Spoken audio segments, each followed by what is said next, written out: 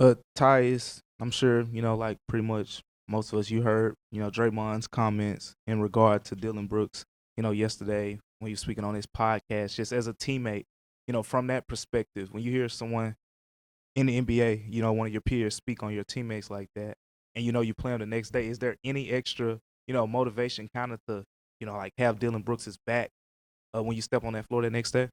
You most definitely want to have his back. So yes, to answer that part of your question, but other than that, I mean, we have all the motivation um, that we need playing this team, just as is, just the history that we got with them. Um, it's always it's always a battle. It's always an intense matchup. And then we have all the motivation we need internally, just trying to figure things out, trying to needed a win. Haven't been playing our best ball, coming off the road trip, things like that. So yes and no. You hear the comments, stuff like that. But at the same time, you try to just stay locked in and focused on what we need to be focused on. But we always have our teammates back. Everyone in that locker room has each other's back, no matter what. So at the end of the day, yeah, we wanted to have his back.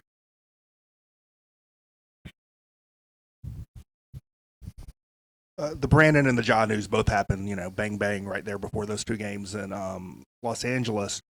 Did you feel like the team sort of found its footing immediately with that, or did it take you a few days and having a little bit of time and getting back home? Did that help with that?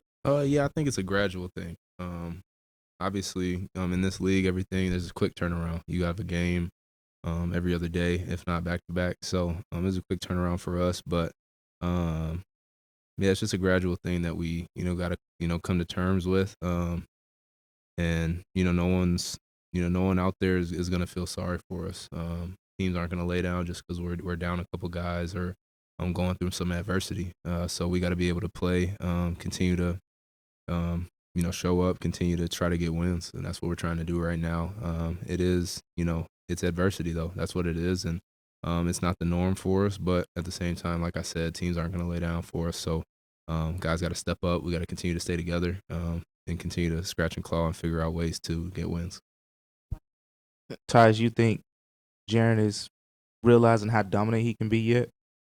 Um, yeah, I think he is. I think he's. I mean, he always shows flashes, and that's been the thing with him is just consistency, being on the court, staying out of foul trouble, dominating on both ends of the floor, um, because he's very capable of doing that. And yeah, he's continuing to figure it out. He's continuing to get better. He's continuing to learn and grow.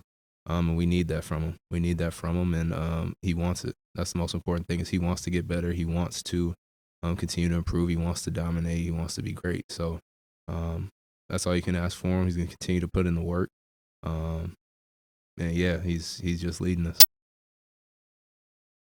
Got two games there. Y'all lost one fairly close at the end. What was the difference tonight? Is it playing at home, or was there a different feel in this game versus on the road against them? A little bit, yeah. Playing at home, obviously. I mean, our record is way better at home than it is on the road, and that's something that we have to figure out. And we're trying to do that as we speak. But at the same time, in the fourth tonight, we stayed disciplined on both ends of the court. Stayed locked into the game plan, and then more specifically, offensively, we continue to trust in one another. Um, Not let the defense kind of dictate what we do. We wanted to be the dictators and um, just be more physical and assertive on the offensive end. So we did a good job of that tonight. We'll continue to watch the film and continue to see how we can continue to get better in the fourth quarter. Tyus, so in that first quarter, another high scoring quarter, 48 points. You had 6 assists alone in that quarter. Just how did you see that quarter kind of set the tone for y'all's game plan execution for the rest of the three quarters? Just being aggressive.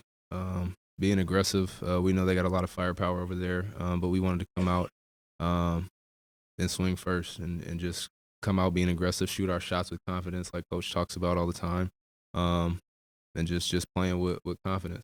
Just wanted to get back on the right track. We knew we needed a win coming off the last couple games, so go out there, just shoot our shots with confidence, just play together, play hard, and live with the result. Tyus, you've been in the league, I think, longer than anyone on the team other than Steven Adams. Mhm. So you've been in a lot of different locker rooms. Some people have kind of said lately that the Grizzlies need, a couple more veterans in that locker room. As someone who, had good vets and things like that, what do you think? Do you think what this locker room has right now, do you need vets? I mean, you're a vet, but do you think like those things could help a certain, maturity aspect and things like that?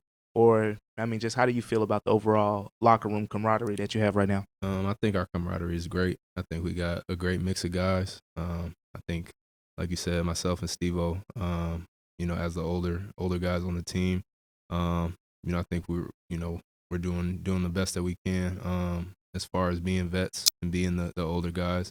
We got a lot of young guys as well, but our camaraderie is great. Everyone just goes through learning experiences. Everyone has to continue to grow. That's a part of life. I'm going to continue to grow. You asked me 3-4 years from now I'm going to be a totally different person than I am today. So yeah, I think our camaraderie is great. I think we got everything we need in that locker room. We're going to continue to stay together. And that's all I got to say about that. Thank you guys. Good one.